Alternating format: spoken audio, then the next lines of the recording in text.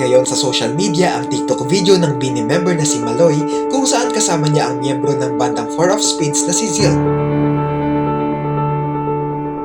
Makikita sa video na magkasama silang dalawa sa isang kwarto at mapapansing tumatalon si Maloy habang hawak ang kamay ni Zill at niyakap ito. Sa ibabang parte ng video na ito ay may nakalagay din na text at sinabing, "It was never my intention to brag." Panoorin ito.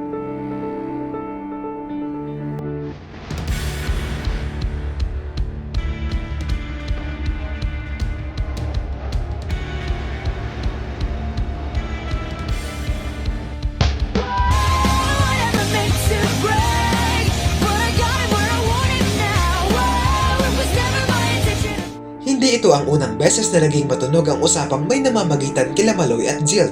Dahil noon pa man ay may mga larawan at video na lumalabas kung saan makikitang magkasama silang dalawa.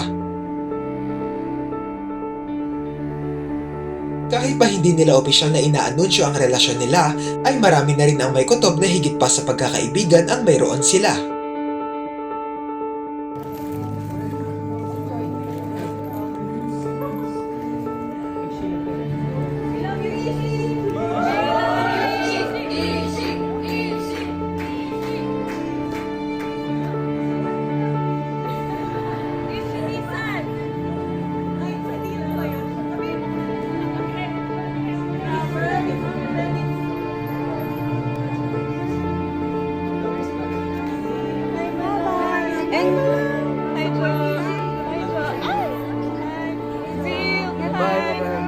Halo-halo ang naging reaksyon ng mga netizens sa lumabas na video na ito.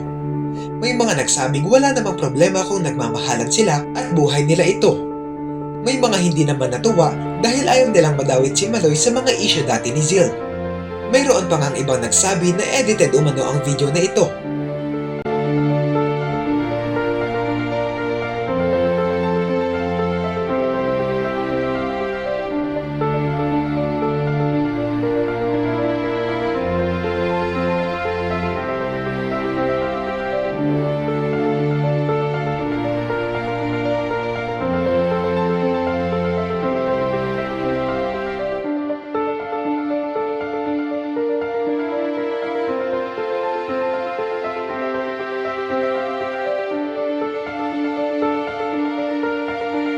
Ano ang masasabi nyo rito?